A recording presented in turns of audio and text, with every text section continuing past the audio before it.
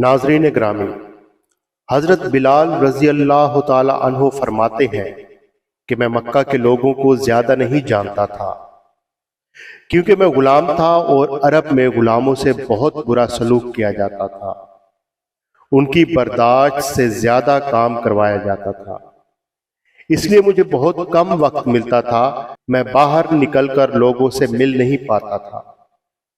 ناظرین گرامی، حضرت بلال فرماتے ہیں مجھے حضور اکرم صلی اللہ علیہ وآلہ وسلم کی ذات کا علم نہیں تھا اور نہ ہی میں دین اسلام کے بارے میں کچھ جانتا تھا۔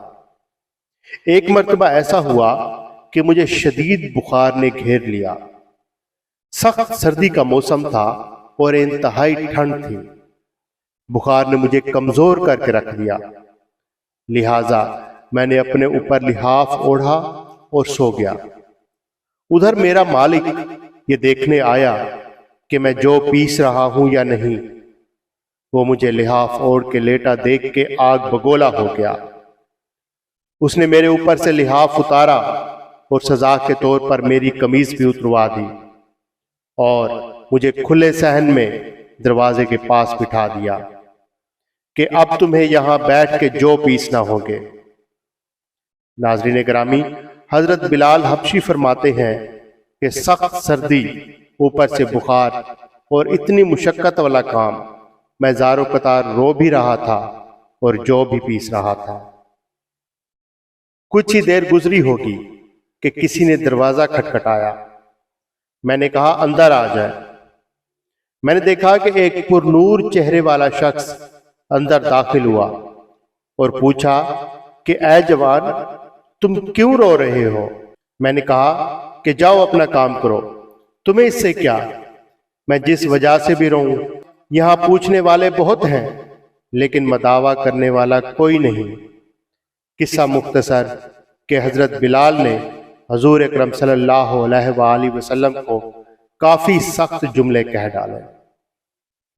حضور صلی اللہ علیہ وآلہ وسلم یہ جملے سن کر وہاں سے چل دیے۔ جب چل پڑے تو حضرت بلال نے کہا کہ بس، میں نہ کہتا تھا کہ پوچھتے سب ہیں، مداوع کوئی نہیں کرتا۔ حضور صلی اللہ علیہ وآلہ وسلم یہ سن کر بھی چلتے رہے۔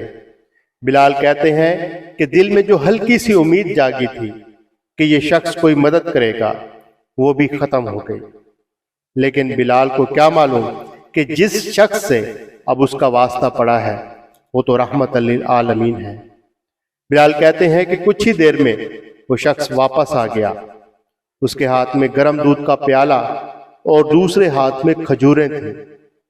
اس نے وہ کھجوریں اور دودھ مجھے دیا اور کہا کہ کھاؤ پیو اور جا کے سو جاؤ۔ میں نے کہا یہ جو کون پیسے گا؟ اگر جو نہ پیسے تو مالک صبح مجھے بہت مارے گا۔ حضور صلی اللہ علیہ وآلہ وسلم نے فرمایا کہ تم سو جاؤ، یہ پسے ہوئے مجھ سے لے لینا۔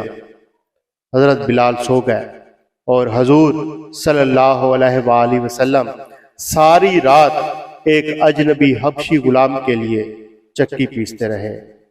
جب صبح ہوئی تو حضور صلی اللہ علیہ وآلہ وسلم نے بلال کو پسے ہوئے جو دیے اور وہاں سے روانہ ہو گئے۔ دوسری رات پھر ایسا ہی ہوا، دودھ اور دوا بلال کو دی اور ساری رات چکی پیسی۔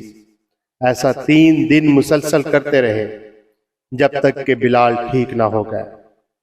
ناظرین گرامی، یہ تھا وہ تعارف جس کے بطن سے اس لافانی عشق نے جنم لیا کہ آج بھی بلال کو صحابی رسول بعد میں جبکہ عاشق رسول پہلے کہا جاتا ہے۔